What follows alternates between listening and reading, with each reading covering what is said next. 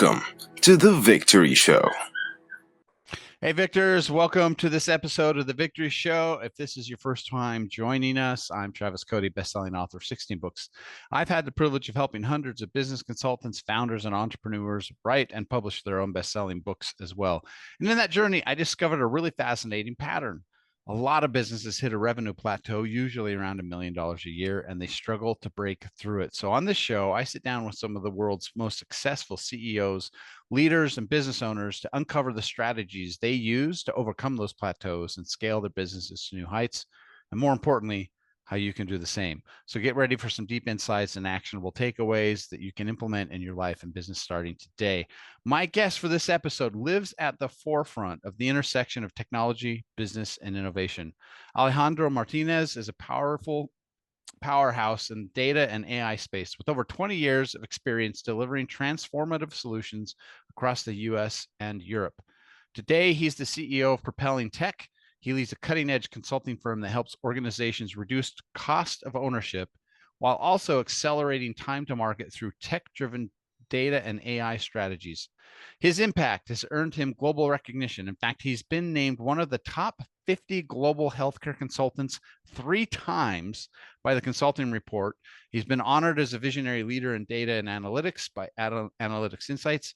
And he's also taken the global stage as a speaker on AI at the World Economic Forum in Davos.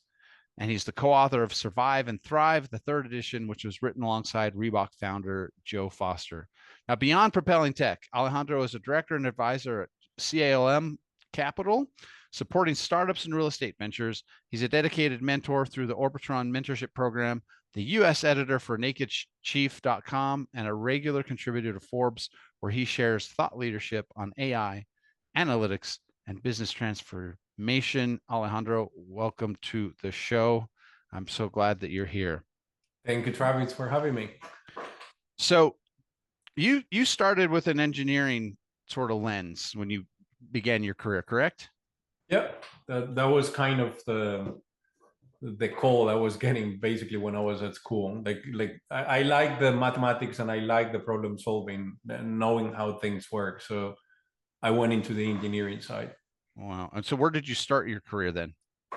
So I started with a degree called business engineering. So one of the pieces, and that was kind of my doubts, because a lot of the engineering were industrial, civil engineering, medical engineering. And I was like, I don't see myself on those fields. I like economics, I like finance, I like to be working on, let's say, on a company itself.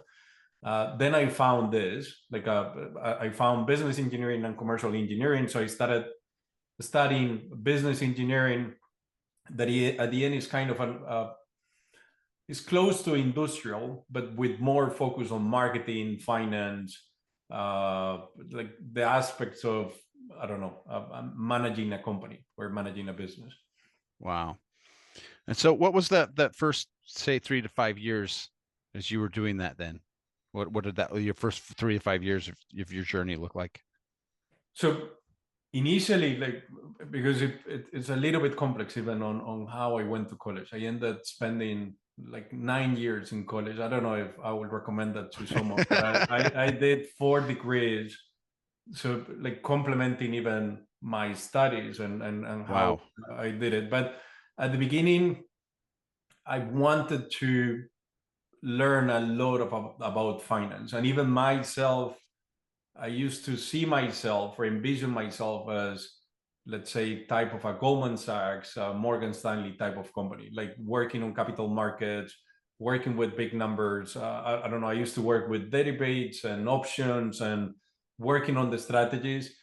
From there, I did an interchange with another university in Spain, and I started learning about the marketing side and the strategic side of the things. After having 2 work experience, like I did a work experience on promoting investment in UK, and then working for the Citigroup, and I was like, okay, this is not what I like. And now that I'm getting exposed to marketing and strategy, I like this more. So I started getting into that aspect of how to define the strategies, goals, how to get a better positioning, how to create a marketing plan, and that side took me to the innovation side, like working towards that. So I ended my last years on this 9-year period getting more exposed to research and research on innovation. I from there I started, and even I had a professor saying, why are you here? I was like, I love learning. I love doing research, finding things that are no answer. And he was saying, well, if you like learning, just go to consulting. So I started consulting on strategy side, as a strategic planning company, by helping companies doing their strategic plans, defining their goals, defining the action plans. And from there, working on strategy, I have to experience, like I experienced the balanced scorecard from Kaplan and Norton, that at the end is, it has a cause effect, but you're working with KPIs. So when you implement those tools into companies, you need data. And that was kind of, oh, I like this thing. I like data. I like how this is getting exposed to KPIs and how companies are making decisions. So it sounds like, I don't know, compact, but it was a 9-year journey where I learned international management, I learned project management, I learned the whole aspect of business administration, and then the business engineering side. Well, there's nothing like studying school for 9 years and then starting to work in the field and realize, like, wait a minute, I don't really like that. Yeah. And that's one of the things that I think I take as an advantage is those 9 years. I always was wondering, like, is it worth it or is it not worth it? Like, you see your friends all performing in corporate world and everything, and I was like, I'm learning. So by the time I came to the business world, like, I mean, the knowledge that I have, my backpack full of things was already there. So I knew how to do certain things that normally people at my level didn't have the skills.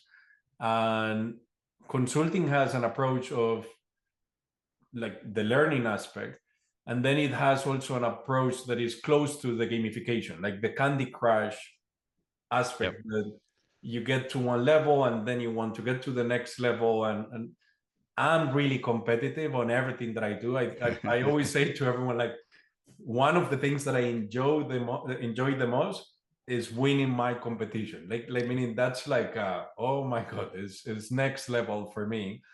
So I think that piece took me like in an accelerated path inside the consulting world. I love it. It's the Alejandro Candy Crush business domination strategy. Yeah. Well, you know what is funny? I always say, every time that I need to do I don't know, selling a house, selling a car, I had the experience of always selling to someone in my industry. I don't know why. It's not that I'm like when I'm selling directly. So my last house in Barcelona, when I sold it, was to someone on the C-level on Candy Crush game. And I was like, oh, this is cool. That's funny. That is funny. So you had mentioned earlier before we jumped on the call that one of the things that really kind of accelerated your growth inside the consulting space was you called it interpartnership. Let's talk a little bit about that, because I find that really fascinating. So at the end is when you're in the corporate world, you have your job and you need to do your things. But even if you have the mindset of creating new things, like I like to have the feeling of I'm not getting into my comfort zone, like so I'm not getting sleepy or like too comforting in where I am. So even when I have to do my day-to-day job, I was trying to find ways to create something new even inside my own company, where I was getting paid a salary and I was doing so. In that way, like, we ended 2 points of creating new products and creating lines and promoting innovation internally in the company, to positions of starting new business. Like, I don't know, we created a company called Goals for Goals, that it was analyzing performing of the soccer players, like Messi, Ronaldo. So at the end, everything was data. So if you put all the game events into data, how you can turn this into like teams, into bet companies, into media companies to react to those data points. Oh, that's funny. So part of what you talk about in your bio is you had this phrase, reduce total cost of ownership. What does that actually mean? I've never heard that phrase before. So like normally when you're building a solution, a data and AI or a technology solution, one of the pieces that customer look to have in a clear picture is what is going to be the total cost of this solution, but not just to buy it, is to buy it, to implement it, to maintain it, to like how many people from the customer side needs to get involved. So at the end they have salaries. So at the end is the overall cost of owning a solution is how you reduce that. And that's something I found like meaning by being in the industry like 20 years, what I have found is that we were like in a trap, like meaning consulting companies is a business, so you need to have your own business, and you have your technologies that are giving you like a lot of that business. So the more business you get with those technologies, then you promote those technologies, then the technologies work with you, so it becomes like a cycle. So what it then happening is the technologies that are more adopted in the market are the ones where consulting companies are getting the most of the revenue. And I always say, you do something one day in technology A, and then 3 years after they ask you to migrate to technology B, but like you still do the same revenue. It's not that the customer is gaining efficiency on your services. So this is where I started saying, hey, we have an opportunity here to tackle. And we created a technology-driven approach where instead of focusing on technology A and B, let's focus on the technology that is reducing the TCO and is accelerating the time to market. And then based on that technology, whatever is remaining for services, then we add the services. And we have, for example, technology partners that work with us where our services are 5 minutes. So like literally zero. And people say, what is your model? It's like our model is to bring value fast. So meaning budgets and initiatives are still there. We can complement you in other things that are less automated, but everything that is automated, why we want to reinvent the wheel and do it manually. Wow. So if I understand it, then for most consultants, then kind of go the back way, right? They bring in their services. Here's everything we're doing for you, and then here's the tech stack we're going to use to implement that.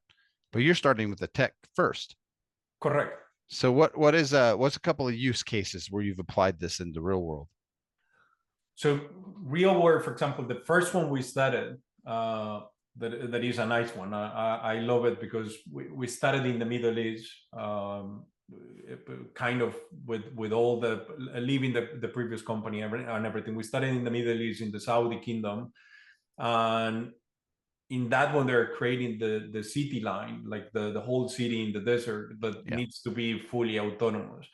So having all the like the agriculture fields and everything, doing all the monitoring of those fields, like for me was kind of science fiction level on how those things were achieved. And we're working on deploying those solutions faster than like meaning customer was saying to us, like, you're getting in days what our previous company was getting in months. And that's where like the total cost of ownership is happening.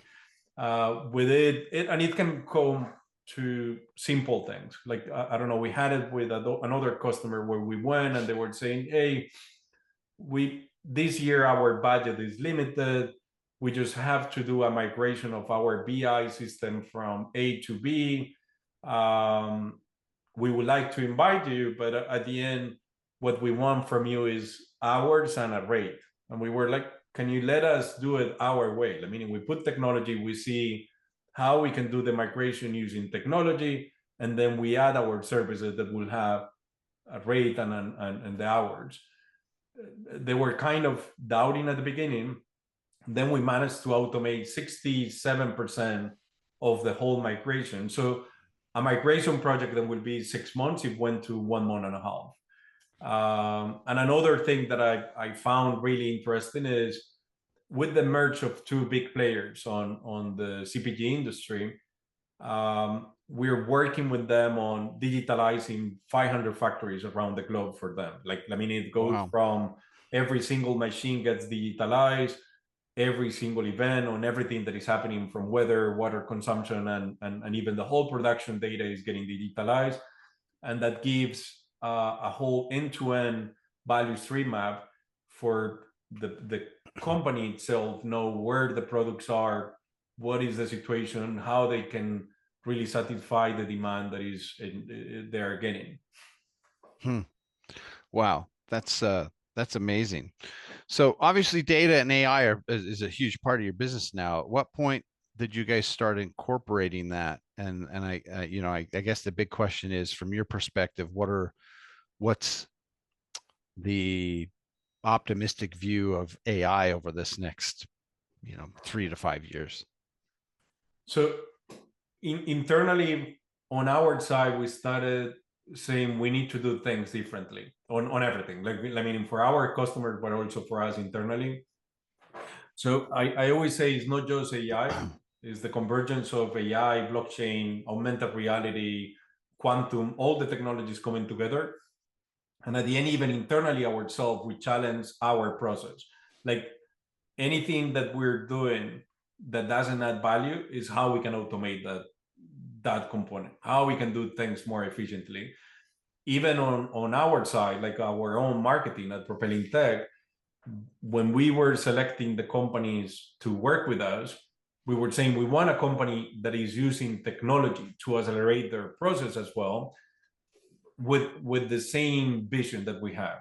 And that goes to like the other question you were saying, how we see it is like what we were looking is companies that see technologies that augment them, like meaning that are not afraid of using AI to accelerate the process of content creation or image creation. Like at the end, I don't know, every single image that we have at Propelling Tech has been done using technology.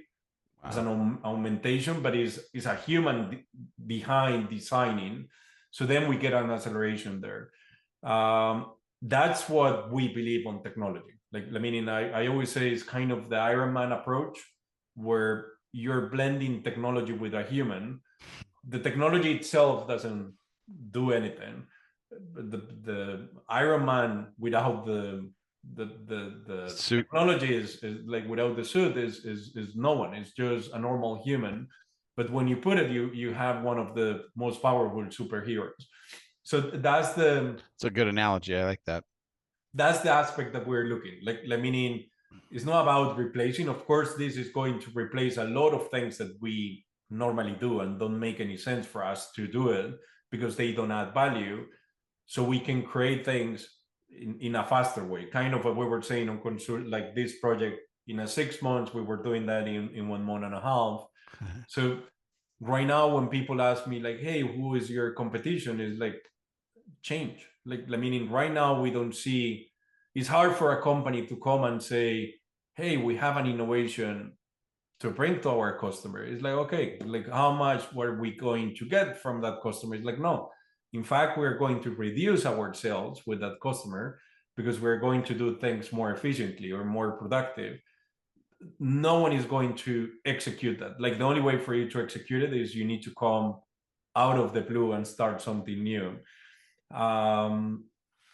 But I believe on that, or we believe on technology augmenting. The biggest risk here is not getting the technology pushed to everyone, so it can create more gaps. Like if we separate people, like between, let's say, the smartest and the average, if we put technology to the smartest, that are the ones that could get more exposed faster, the gap is going to be bigger.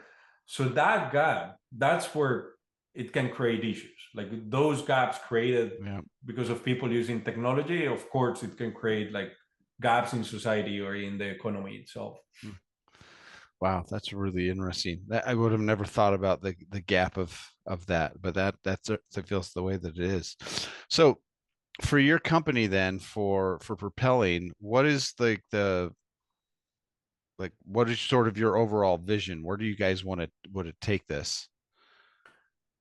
Like for us, we start with the claim of we want to help companies navigate the unknown in general. Like like when we were talking about innovation or entrepreneurship, like people say you need to have the courage to jump into the unknown, and this goes to, like, I don't know, some people say between a crazy man and a genius is just the execution, but when everyone jumps into the idea, everyone is crazy. Like, and that goes to entrepreneurship. Like when you have an idea that you want to execute, you're a crazy person. You just need to prove yourself you are going to execute it. Even right now, even having conversations with VCs, they say they focus on the team itself. How committed this team will be to execute that idea, because ideas nowadays are for free. Like they're there, and you can get it from an AI assistant, or you can get it just from like collective knowledge. But getting that execution is going to be the key. So for us is at Propelling Tech is how we help companies navigate this unknown. We normally say is we help you innovate in a controlled risk manner. And one of the pieces is, I always explain to customers is, you feel the fear when it's something unknown for you. Like meaning when you're opening a door for the first time, you open with care, you don't know what is on the other side. But when you're opening that door every day, every minute, even if it's like parasailing or whatever it is, it's your common sense. Like meaning you know how to do it, you can do backflips, you can do whatever, you can do it with a style, you can sleep in the way how you're jumping from a plane. Like you can do a lot of things. It becomes your common sense, so you lose the fear, you lose the risk. So that's the aspect that we see at Propelling, how we can become a Sherpa to the companies and guide them through this unknown on the technology, knowing that the technology is there to make things easier.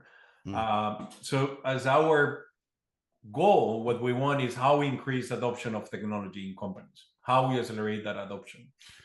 So if somebody's listening to this interview and they're going, God, that sounds amazing. Like who's the perfect fit for you guys? Like, is there a size of company that you know you can come in that like it is sort of like this sweet spot?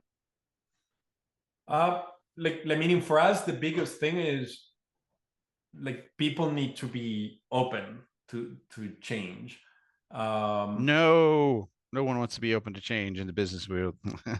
No, it is risky, but I would say one of the pieces that we have found is by this, like getting in Saudi, our competition was offshoring. So like meaning we were competing with the cheapest rates in the market, and we bid them as a cheaper option to them.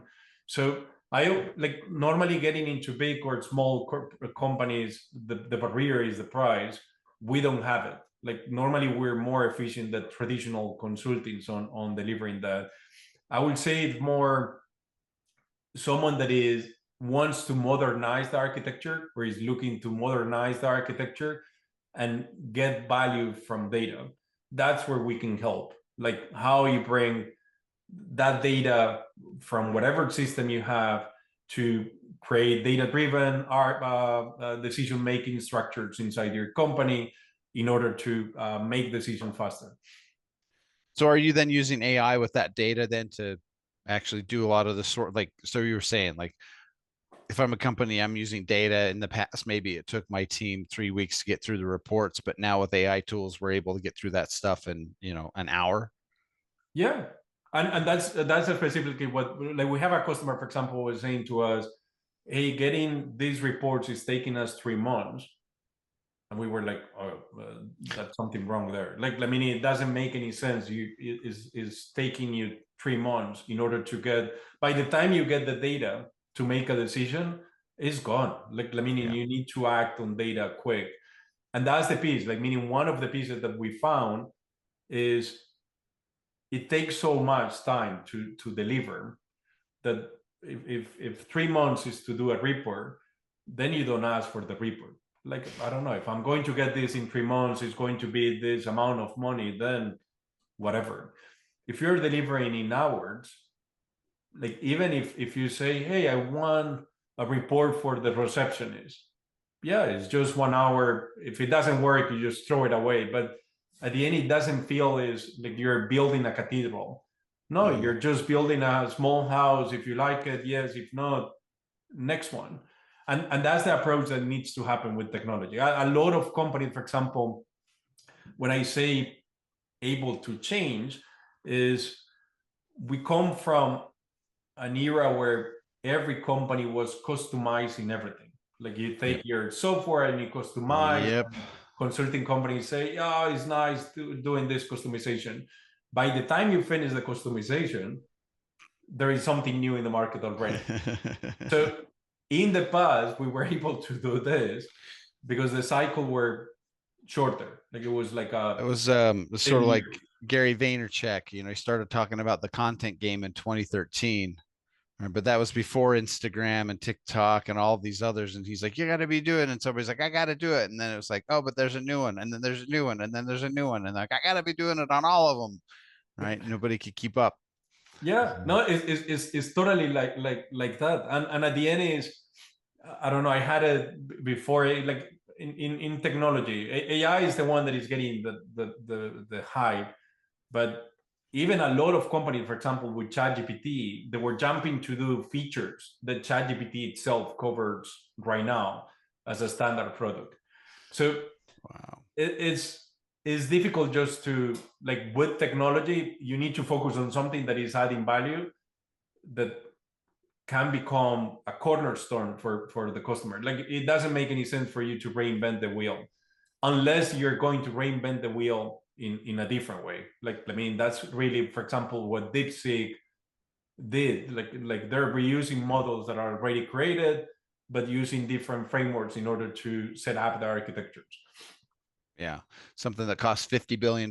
They re-architected it for what, 18 million or whatever it was, something ridiculous. Yeah. So then how are you using, like, how does the data and the AI, how's that leading through helping companies accelerate things to market? What processes is that allowing them to shave off that is accounting for the faster release? So it comes with different aspects, but I don't know, if we go from the business side, and on the business side, for example, there are solutions for how to do process mining. So show you how you're executing on the different process. If we go, for example, to sales, how to do a promotional impact, analyze if you're spending on promotions, what is the real impact that those promotions are having in the market. So how you decide let's say in real time, like, if you're putting something and it's no elastic, how you change the strategy really quick. It could be like demand forecasting or creating sales forecasting that are more related on how you make decisions. If we go, for example, to, I don't know, call centers, like how you consume all the data from your customers in both to answer them and also to improve your product.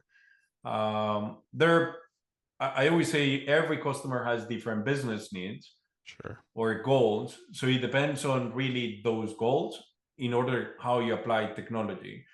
I always do the analogy to a restaurant. For example, if you take a restaurant, it's fully intensive in services. You need waiters, you need hosters, you need chef. You can put everything on technology. but what is the experience you want to give as a restaurant to your customers? And like, do you want to have a sommelier coming and explaining the wine, or do you want a tablet that is giving you, based on your food, what is the best wine that you should pair? Like, I mean, you can achieve both, but it doesn't mean that every restaurant should have technology to do that, because the sommelier aspect gives kind of the VIP of, I will explain you in a personalized way. So it's the same with a company. I always say, what are those processes that are key for you to create competitive advantage? So how you drive those things and focus on those things. What I believe should be in the mind of everyone is, a lot of companies, they do what I normally call keeping the pace. So I don't know, my neighbor, they just put this CRM, I'm putting this CRM, they just got this technology, I got this technology. So you're just following what everyone else is doing. When you do that, you're literally wasting your money, because that means you're coming with the decision of putting a technology that someone else did, and maybe that someone else also did it because someone else did. So you're just keeping the pace on technology, but you're not really changing the status quo or gaining competitive advantage. It's so interesting. When I used to work in Hollywood, and I used to see that in the marketing departments, where they would, every movie would come out, they had sort of the same process, right? And I remember asking questions, but like, why, right? And the answer was always like, but that's just the way it's done, right?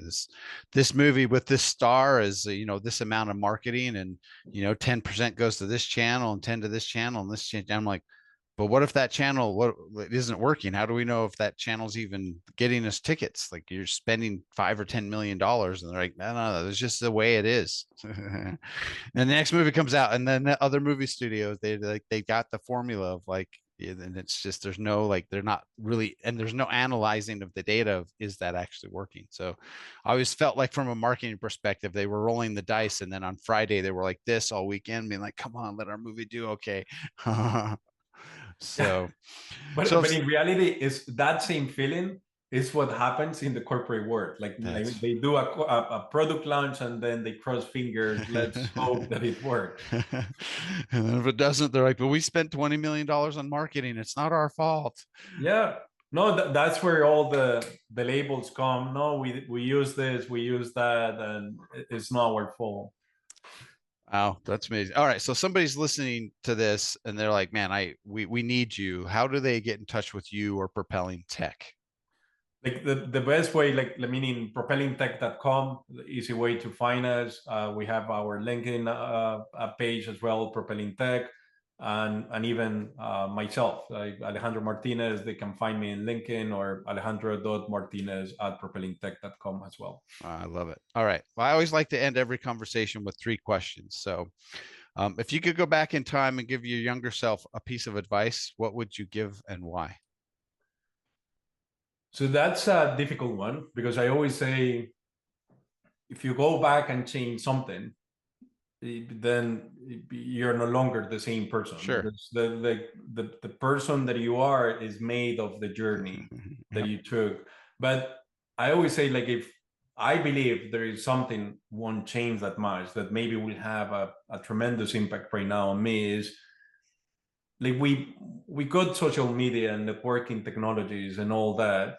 So I stopped, like, just by thinking that you have someone on LinkedIn, adding as a contact, that is your contact, and it doesn't mean anything. Like, I mean, there is this phrase that says, it doesn't matter who you know, what matters is who knows you. Yeah. And in order for someone to know you, you really need to create connections and bonds with people, take care of the people itself.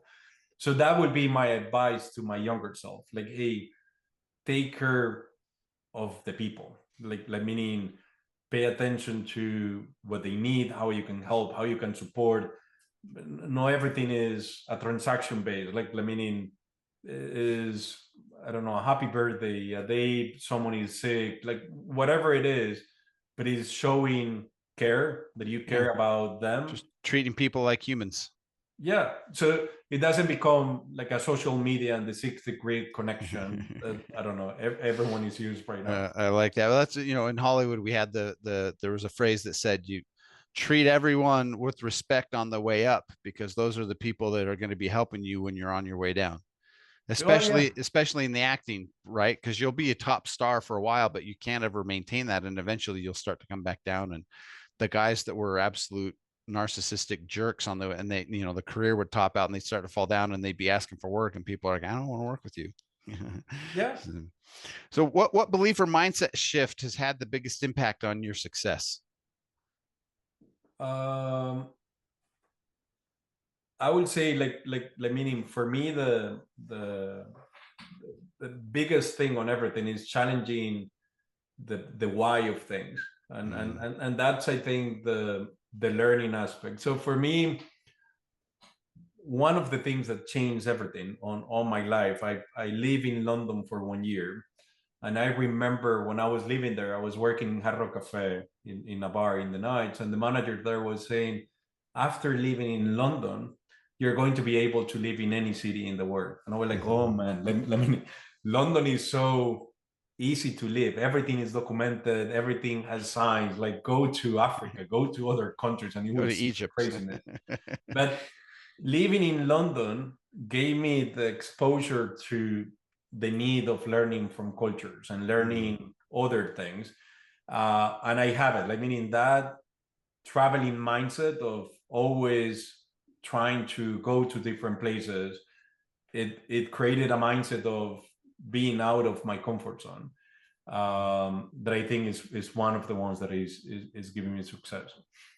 Yeah, that's a good one. And it's interesting you say that, because I think there are the younger generations that have been raised up in sort of, kid gloves is the phrase we use here in the States, but it's almost like an avoidance. If it makes you uncomfortable, you need to avoid it at all costs, right? And then like over here, it's like, oh, if you're uncomfortable, those are not good feelings, so you don't want to do that. But how are you going to grow and learn otherwise, right? And that's really the feeling of learning, because when you don't know something, the first feeling you get is like, oh, like I'm really bad at this. And it can be, I don't know, on doing an exercise, going to the gym, taking a new sport, executing data and AI. When you start, you don't perform. But that's the feeling of learning, knowing that you don't know. If you just start little by little, you will see the gain on how you're doing. Yep. But of course, like going through that moment of, oh my God, I'm bad at this, is hard, because it's kind of a self-rejection of. Sure. Yeah. Well, we're especially, the most of us going through education, you're like, oh, if you get things wrong on the test the first time, like, whoa, so we think, oh, I got to get it right the first time, which is, that's not how the work. There's a business mentor I follow, and he said something. Well, I saw him speak one time, and he said, embrace the suck is what he called it. And he said, anytime you try something new, you're going to suck at it. And you just have to keep sucking at it, because the longer you suck at it, eventually you'll suck so little you're actually good. Yeah. Well, in fact, there is this thing that they say, entrepreneurship is kind of opposite to being a good student in a way. That's absolutely true. Because at the end is, you get used to getting good grades, so like always getting success. Entrepreneurship is the opposite. Like meaning you don't get the right success. Like you're not going to get the things right in the first time. So it's easier for someone that is used to fail and come back always from the failure to return to that, because at the end is, the entrepreneurship is kind of a failure journey, and how you find success in that failure journey, that rather always used to get success and getting sometime failure and saying, oh, like I mean, this is not for me. Like you can break it, like the whole course, but in reality, people that are less motivated to get higher grades are the ones that are like entrepreneurship's almost the opposite. Entrepreneurship, the only way you can figure out the answer is to get it wrong. Yeah. Well, like I mean, basically is you're always looking for ways to how do things differently, or why we do it this way, how you do it in a different way. You're not really executing on the task. You're challenging why I need to do it. That's the other piece. Like I think it was Bill Gates that was saying, like innovation comes from lazy people. Like at the end, if you're, it's like, oh, like I don't want to execute this task. You start looking for ways on how you avoid that task. That's where you start creating. That's funny. All right. Last question. What's the best investment you've ever made in yourself? I mean, recently, I don't know, and basically was, I think in late October last year, I wasn't a believer of sleeping. Like, I don't know, I always used to say like, hey, I don't know, you have time for certain things. Sleeping for me was like 4 hours, 5 hours maximum a day. Eating, I don't know, I like everything that was nice. Normally those nice things weren't really the healthy ones. So I started with my wife taking into a journey of getting life awareness. And for me, it was a game changer. And people were saying, I mean, I lost 50 pounds in my last 4 months. Wow. And I was saying I wasn't really doing a diet or taking a diet. I was just doing this thing of a lifestyle change where I started eating better, sleeping better, doing exercise. And then suddenly for me, it wasn't really losing weight, it was getting energy. So for me, the best investment, like, I mean, in my productivity went up more than with AI. Like, I mean, I get to the end of the day and it's like having the same energy I was having at the beginning of the day. Your mood change, like you can handle more difficult things through the day. So for me has been the biggest investment I met, just working with this culture in my last, I don't know, let's say years on things. Wow. Wow, that's fantastic. Well, Alejandro, this has been a fantastic conversation. So much for your time. Thank you so much for your time. I really appreciate you being here. No, thank you for having me. Yeah. Thank you, Travis.